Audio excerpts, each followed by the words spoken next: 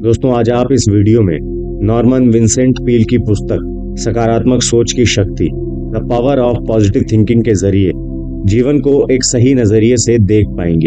ये जान पाएंगे कि कैसे बुरे हालात आपकी ऊर्जा को कम करके हताशा की राह पर ढकेल रही है और हमें इससे कैसे निकलना चाहिए। दोस्तों, the power of positive thinking book में लेखक कई प्रैक्टिकल तरीके और सच्ची घटनाएं बताते हैं जो लोगों के जीवन को दुख के अंधकार से निकालकर सुख और संतोष भरा जीवन जीना सिखाती है। ये बात सच है, जब परेशानियां आती, बुरी घटनाएं घटती हैं, तब लोग हिम्मत हार जाते हैं और किस्मत खराब बोलकर खुद को और दूसरों को कोसते हैं। लेकिन दोस्तों, एक ऐसा भी तरीका है जिससे आप उन बुरे हालातों से बाहर आ सकते हैं और किस्मत बदल सकते हैं। ये कोई जादू नहीं है, बल्कि प्रैक्टिकल बात है। जरूरत है तो अपने नजरिए को बदलने की, अपनी सोच को बदलने की। तभी हालात बदलेंगे और आप सुख, शांति और समृद्ध जीवन जी सकेंगे। Believe in your self. दोस्तों, कई लोगों में आत्मविश्वास की कमी दिखाई देती है, इसीलिए वो हमेशा दुखी और हताश रहते हैं। वो दूसरों से अपने जीवन की तुलना करते हैं और सोचते हैं कि दूसरे लोग कितने खुश हैं। अगर आप में भी आत्मविश्वास की कमी है तो ऐसा होने का कारण ढूंढ निकालिए और उसका समाधान करिए।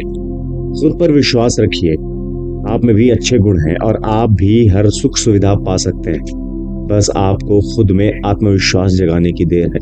दोस्तों, लेखक अपने एक दोस्त के बारे में बताते हैं कि कैसे वो खुद को डर, चिंता, शंका आदि नकारात्मक बातों से मुक्त कर पाया और अपना आत्मविश्वास बढ़ा पाया। वो एक सेल्समैन था। वो रोज कार चलाकर ग्राहकों से मिलने जाया करता था, पर कार चलाते समय कई नकारात्मक विचार उसे घेर लेते थे, जिससे वो हमेशा आशंकित रहता था और उसका बिजनेस खराब होते जा रहा था। यहाँ तक कि अपने परिवार की सुरक्षा को लेकर वो हमेशा चिंतित रहता था। हमेशा उसे डर, चिंता, आत्मविश्वास की कमी सताती रहती थी। तब उसने एक तरकीब निकाली। उसने कुछ कार्ड्स पर अच्छे सकारात्मक विचार लिख लिए। कार चलाते समय उन कार्ड को सामने रखता और देखता। उनमें से एक कार्ड पर लिखा था, अगर आप में विश्वास है तो आपके लिए कुछ भी असंभव नहीं। दूसरे कार्ड पे लिखा था, अगर ईश्वर हमारे साथ है तो कौन हमारे खिलाफ हो सकता है। ऐसे ही सकारात्मक विचारों को उसने याद कर लिया और दोहराता रहा। इसी की वजह से डर और असुरक्षा के विचार उसके मन से निकल गए और बदले में आस्था, साहस आदि अच्छे विचार ने जगह ले ली, जिससे वो अपने ग्राहकों से अच्छे से डील करने लगा और व्यापार में सफल होता गया। फिर वो एक सुखी और साहसी व्यक्ति बन गया। वैसे ही अपने परिवार को लेकर नकारात्मक भावना को भी दूर कर पाया।